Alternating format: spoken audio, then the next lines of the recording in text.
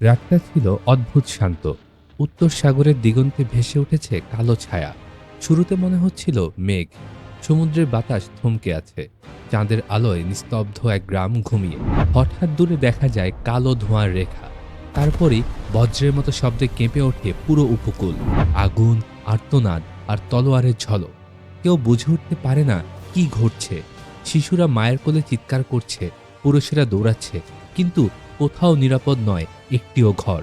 যারা এসেছে তাদের মুখে কোনো দয়ার চিহ্ন নেই, চোখে শুধু শিকারের নেশা। তারা চলে যায় ঠিক যেমন হঠাৎ এসেছিল, পেছনে ফেলে যায় জ্বলন্ত ঘর, ভাঙা মঠ আর এক অজানা আতঙ্কের ছায়া। পরদিন সকালে গ্রামবাসীরা শুধু একটা কথাই বলেছিল, ওরা আবার এসেছে। কিন্তু কেউ জানে না এই ওরাটা কারা। কেউ বলে সমুদ্রের দানব, কেউ বলে উত্তরের শয়তান, কিন্তু ইতিহাস জানে ওরাও মানুষই ছিল, যাদের নাম শুনলেই রাজারা কেঁপে উঠত, সৈন্যরা পালাতো, আর সেই মানুষরাই বদলে দিয়েছিল একদিন পুরো ইউরোপের মানচিত্র।